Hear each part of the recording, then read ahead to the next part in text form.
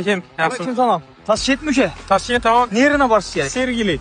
Buldu. Oturdun geldiğimiz maşın. Falan istiyorlar. Polanlı şeyi söylesem zür. Elden otur. Son çekim haber ver ama son çekim. Ağzı mən o çırtmadı.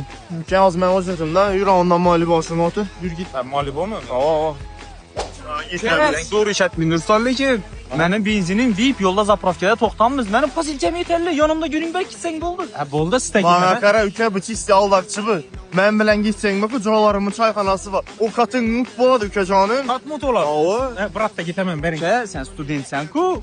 Benim yanında çayım var. Yaşas besplatный. İyi. Seriozli. Aa. Aldam indir. Yok. Bırak dosyana koy dişan arın. Git. Məni kızım kəsən. Əfrəs səsinə 200 min sam etmin. Aşını sən bərsən. Əfrəs səsi bot getərmədin.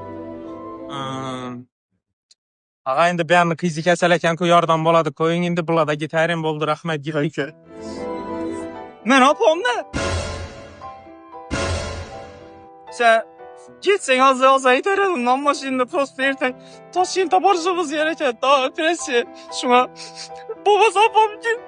Balam, seni maşında getiver ahır. Senem apan bağda arzanda ben hesap olmasam öleme bak yüreğim. Ağa doğrusu ona müteber, ona aziz, ona numara diyeyim istirme etmek. Ona köyüne karşı gerek. Sağ olun. Çox şanalı bu. Xazar sürgənç yaramazsa bil. Ağa doğrusu sizle dim içim hoştu. Özüme apan boş düşüneme. Apan köyüne karşı gerek. 200 mes 300 veremem. Gittik ağa. Yok çok vermedi. Yine iki adam tapış gerek. İyi.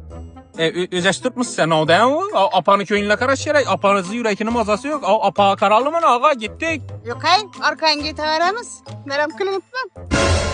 Silahınızı ikileşme üstünden gittik mızıla. Ben okşa tutmam ben. Ne oldu tuttular. Ne oldu? Ben miyem mızman ağa. Ben yeten azonda okşa barmasam yardım taşıdılar. Gitemizde dizmek. Lez verdiniz mi? Gidelim onu. Sen de sizden başka taksi kalmadı. O buratam gittik kaldı. Oynatmen gittik. Düşen polini salon tölemen desen getiremiz. Bu masa çıktan klient karak ki. Wow denka. Wow. İt.